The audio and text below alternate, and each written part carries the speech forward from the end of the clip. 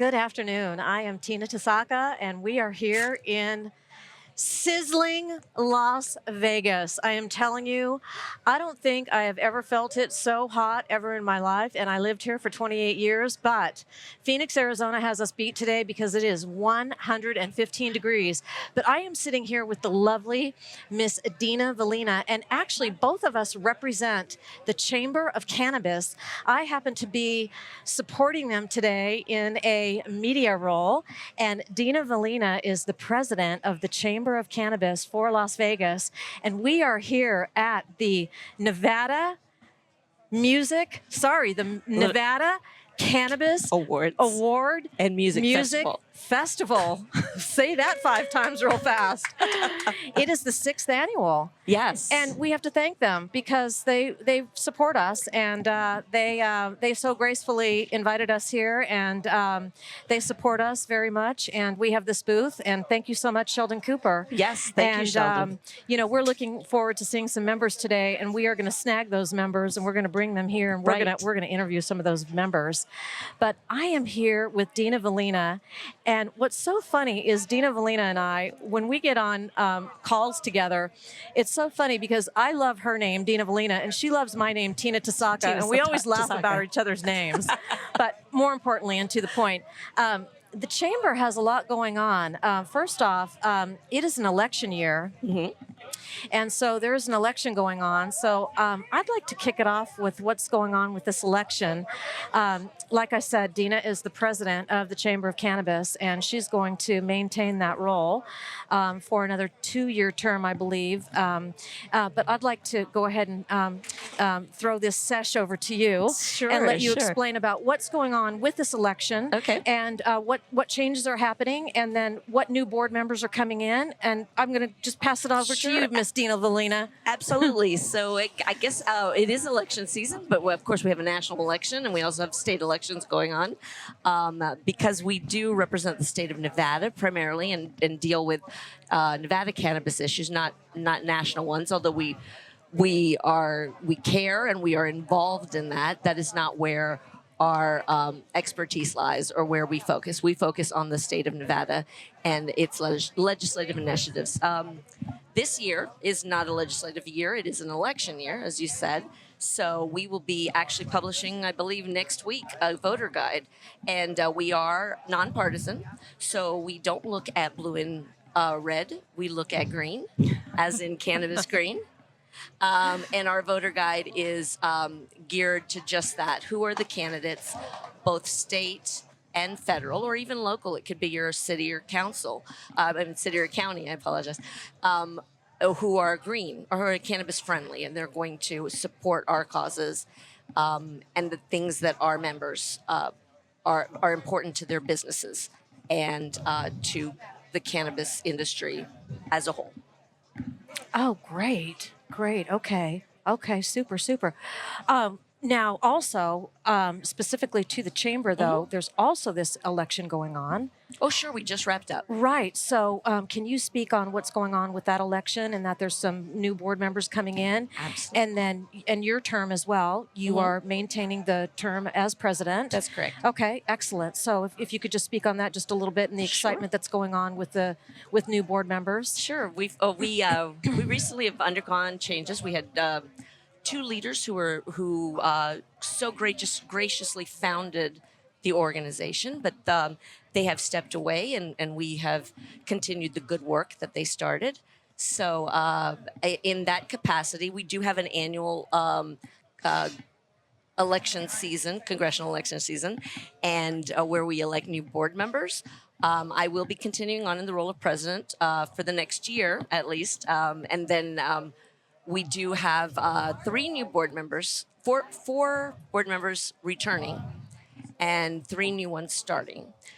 So we just wrapped that up. We'll be announcing those names on October 1st. Excellent. And when does that term start? That term starts October 1st. Oh, super.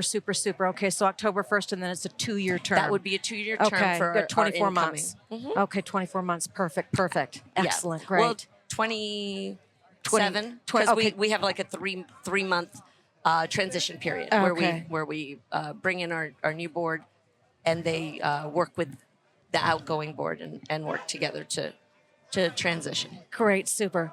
You know, one thing I know about you, Deena, is you certainly are on top of just the legislation here in Nevada, and I'd love to just know kind of what you know from the members and what you know what's going on in the state of Nevada, and what do you think is maybe the number one piece of legislation that might be the most important to the state of Nevada?